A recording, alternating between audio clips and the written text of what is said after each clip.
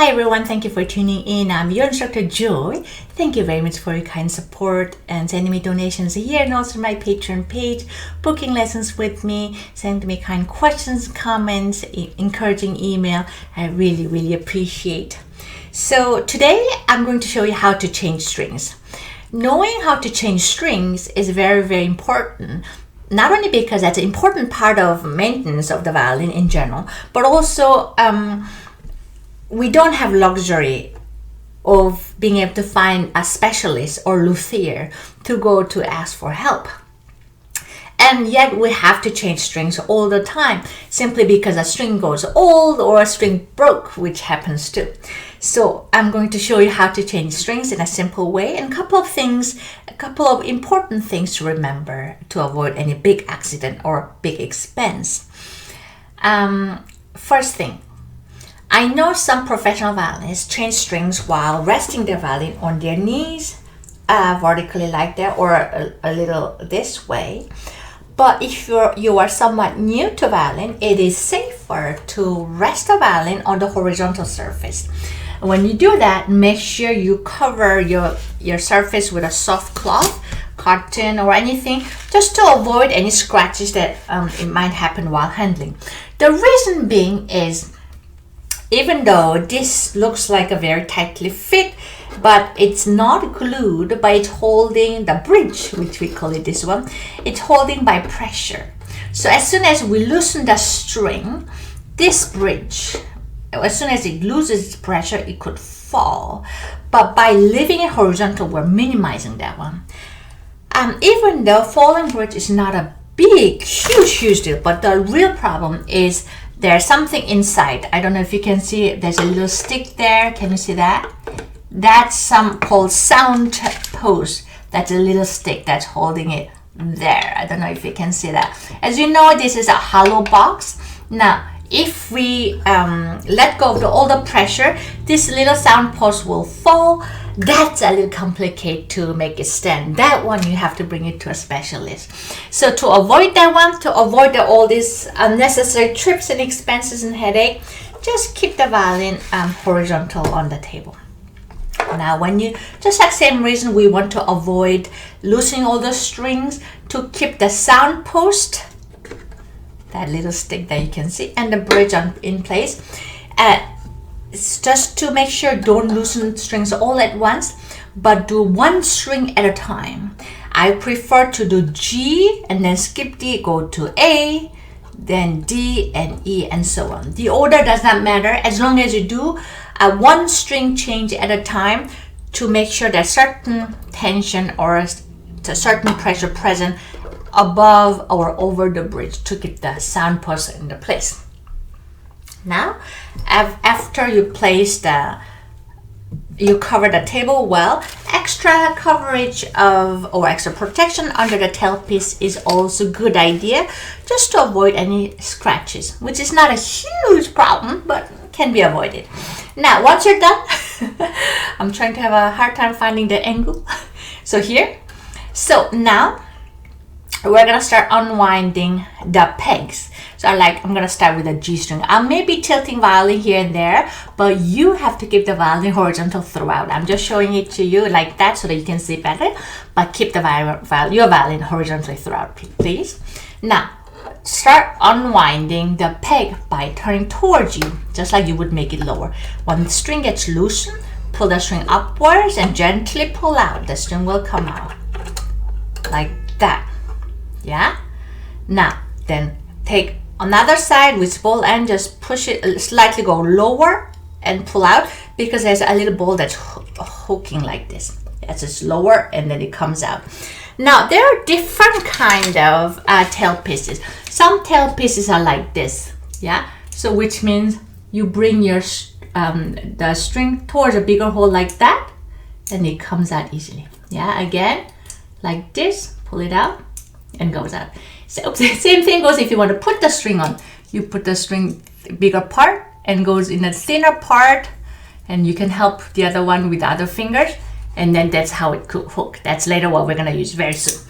Now I have built-in fine tuners here, which is, there's a big hole like this, and I just pull it out. like that. Same thing goes later when you want to put it. Go the bigger hole and then see a little teeth there and then lift up. Yeah, so now you took it out. Do not throw it away. It's gonna be very handy to have it already stretched string, because when you want to change a string right before performance, you don't want a brand new string, but you want a string that's stretched out. So you clean it and then save it well. When you do that, make sure you put in the hole and then write a little note, the date, how long it was used, name of the string, the brand of the string, in this case G string, brand, blah blah blah, dates, and so on, so that later you can use. Now put it away, do not throw it away. Get a new string, open the new string, make sure that's all in good shape.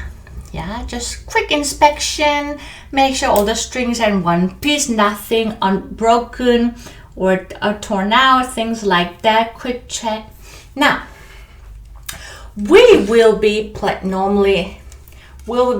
the string straight to the peg, but I'm gonna just pull out the peg to show you how it works. So now when you see that, there's a little hole there, you see, and this is, as you might have guessed, that you put the string in and then, oopsie, it's harder than I thought, like this, and then make sure the string sticks out on the other side about 1 centimeter, and then you turn sharply half to create a little hook like this. Can you see that? So that it will help the string to stay within the peg. And throughout the time, it's good idea to have pull the string just so that you can manipulate the string a little better. Now, in general, you want to wind it starting from the center, going towards where the peg grip is, something like this. Now, I like to go one turn the opposite side and make one or two circle, then go to the side where the peg grip is, because that creates a little extra grip, like that. Yeah, I went on the other side, like that, and then go to the other side, and then you would go towards this side of the grip. I hope you can see it well. So like that. So we're gonna do that now. So I'm going to now place the peg into the peg box. Here, you want to avoid putting the string crossing with other string, meaning when you place a string, you don't want to have strings looking something, I'm just gonna show you what I meant, something like this. This is no good. You want strings not touching each other, even within the peg box. Oh, sorry. Let me make it correct again. Something like this, straight. This is all what you want, yeah? All straight. Now, then you go through, just pull out the peg a little outside so that you can go through the string without crossing with other string, like this, other side. So I'm gonna do that. Then once you're done, make sure the other side of the string is sticking out. I know it's really hard to see, isn't it? It's such a small one. I don't know if you can see that little part. There's a little tiny parts coming out. Let's see. Here. Do you see that? Oh, well. Okay, now there it goes. There's a little shiny part that's coming out, and then you start turning one side, and then as you go, you keep pulling the string tight, and then you go in like that. Yeah. Then when you see the thread getting closer to the nut of the fingerboard, and this is time to now work on this ball end. Now, so what you do, it's important to keep the string tight, either by pressing it here or just pulling upwards. Yeah, I'm just gonna keep it pressed here. Now this ball end hooks it here easily, like that. Yeah, just hook it and lift up upwards like that. This is it. And then I like to pull string upwards and then tighten it. When the string gets about closer to the fingerboard, then this is time to adjust the groove. There's a little groove there. You want to place the string like that one. And then same thing happens near the bridge. Let's see if I can show you. There's a little print where the bridge G string was, and then you want to go and did that groove. And once you're done, then you tighten the string. Now, of course, you want to tighten the string as we go. Now, as soon as you put in new string, you're gonna soon realize that the bridge is no more quite straight. I'm gonna now remove the cloth. The bridge in the back, it should be perpendicular, 90 degrees, but as you can see, it's slightly slanted towards the fingerboard. That's normal because the bridge is just holding by pressure. There has been a force pulling that way, so the bridge goes slightly towards the fingerboard. Now, this has to be done in between every time as much as possible. Now, the way you do it, so you again keep the violin horizontal, but turn violin that way so that your belly is facing the body or the bottom of the violin, like that. Now, you want to spread your finger around over all the surface of the bridge. So the reason being is we don't want to just move our bridge just like this, because that's such a thin piece of wood, you could just break it easily. We do not want that. So you want to spread finger around like this. Thumb in the back, 2 fingers front, like this.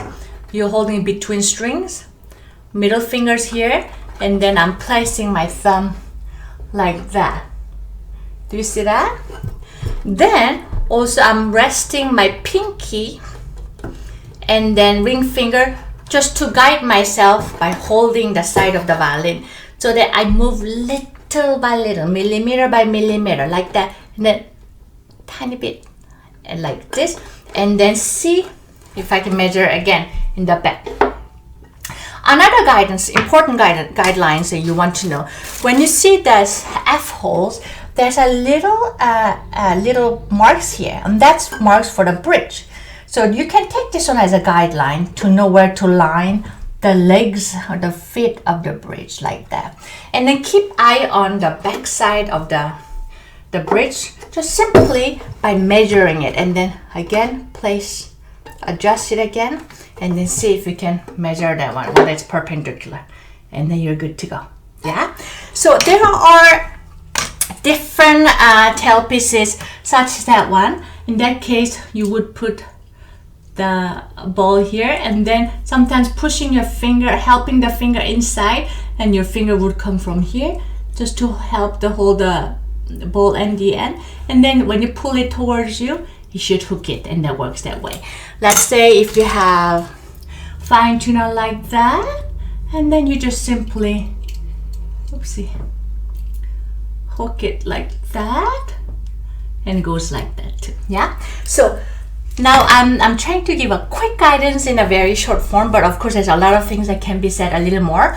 But whatever you do, it is normal for us to feel a little insecure when we do it for the first time.